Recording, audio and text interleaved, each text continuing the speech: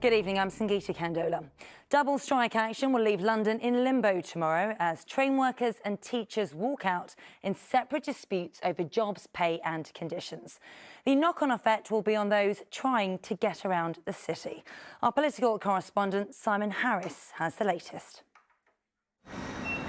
400,000 people a day use trains owned by GTR. Its services operate under the banners of Gatwick Express, Great Northern, Southern and Thameslink. But tomorrow this vital part of London's commuter network will once again come to a standstill. Tomorrow and again on Friday, the 3rd of February, we won't be running any services at all on our network, unfortunately. And that is due to national action being taken by ASLEF, the trade union that represents train drivers. Some passengers passing through Paddington will fare a little better. The Elizabeth Line and Heathrow Express will have a normal timetable. But Great Western will only run trains to Reading and Bristol. The dispute is about pay and working on Sundays. This is about being more flexible in terms of the working arrangements. So it could be that we want people to be more rostered to cope with a 7-day railway. We've got lots of people who are now travelling for leisure. So we want those people working at weekends as part of their natural working week. Train companies saying they won't run any services out of London include Avanti West Coast, Chiltern, East Midlands, Gatwick Express, Great Northern, London North Western, South Eastern, Southern and Thameslink.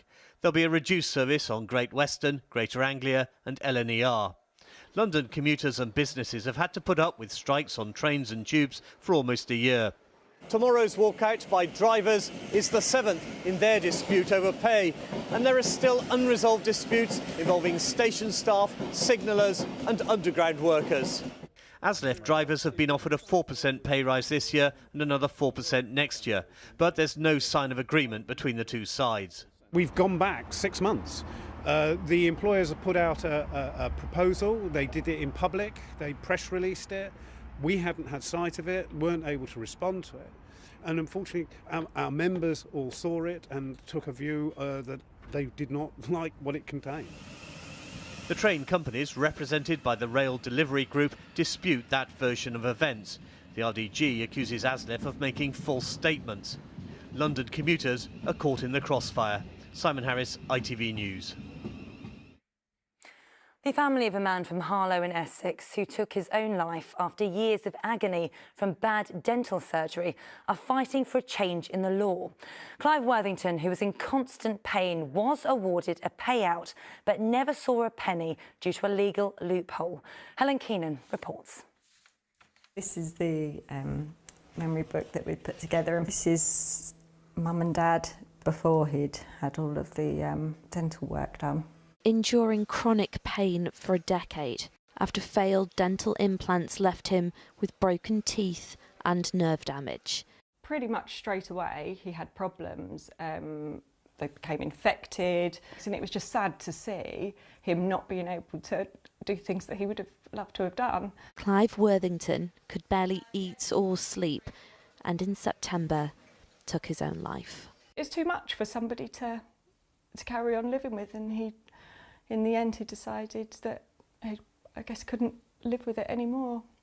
The 81-year-old had been struggling to adapt to dentures, so had travelled to Budapest for affordable implants and had made sure the dentist carrying out the work also practised in the UK, so he would be protected. Despite being awarded £116,000 in compensation, he wasn't paid any of it because of a loophole in dental insurance from the Dental Defence Union. They're a mutual society. It means they're owned by their members and are considered to be fully covered by the regulatory body, despite not being an insurance company. They're not regulated, and what they offer is a discretionary indemnity, which means that the board of directors of that organisation can essentially, regardless of what a judge has ordered, just say, no, we're not going to pay out. We're not, and they don't have to explain why.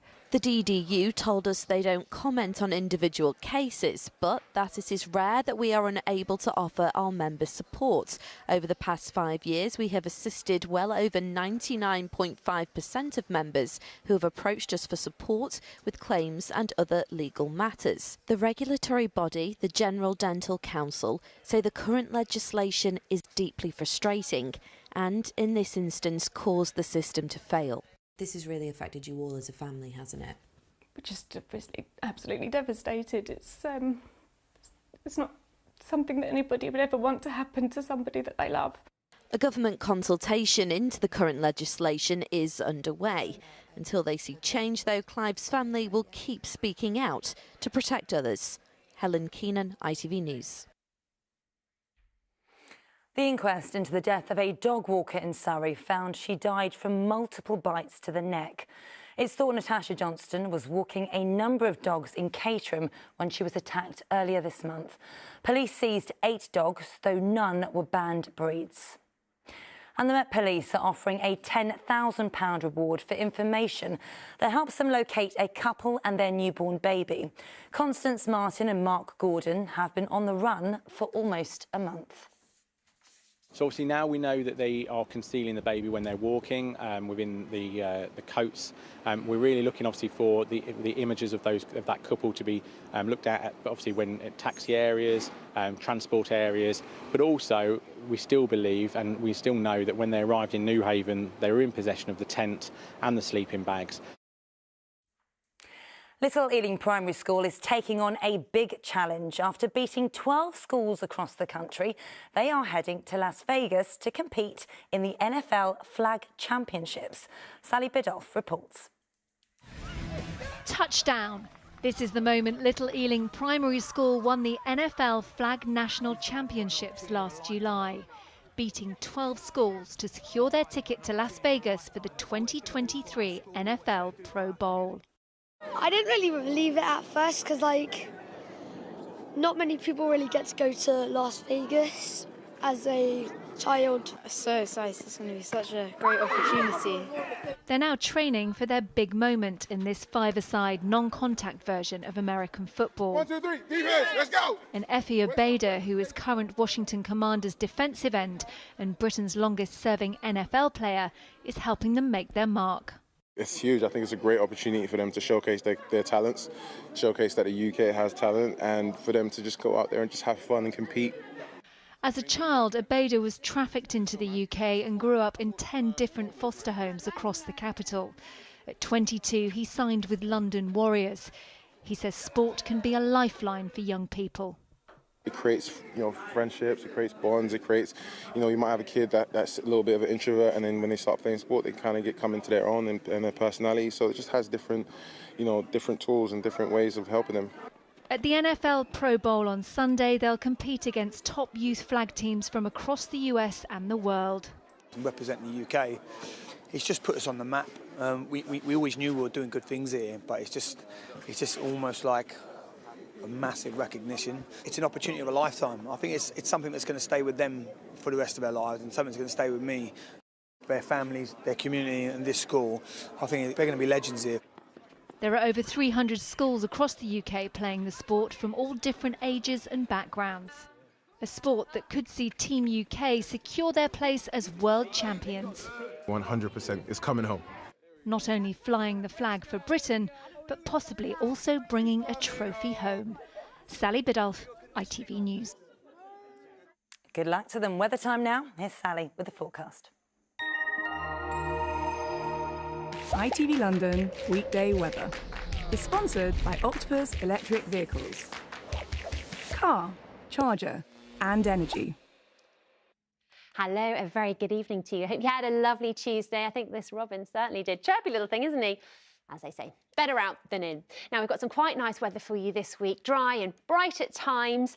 It's feeling milder, above average for this time of year, but there's a breeze outside, and that is just going to take the edge off things if you get stuck in the breeze and under any cloud, as there is still a fair bit of cloud around.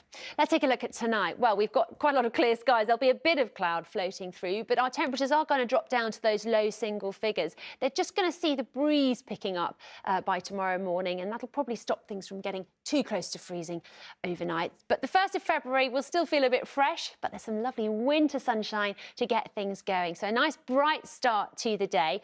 As the hours progress by the afternoon, bit more cloud filling in, but hopefully still some bright spells coming through. The temperature's down a touch on today, highs of 8 to 11, so still above average. Average for this time of year is about 7 degrees, but we have got a bit more of a breeze, particularly at the coast, and that's going to take the edge off things a little bit. So the outlook staying dry, mild and bright at times. Enjoy. I'll see you later on. Cheerio.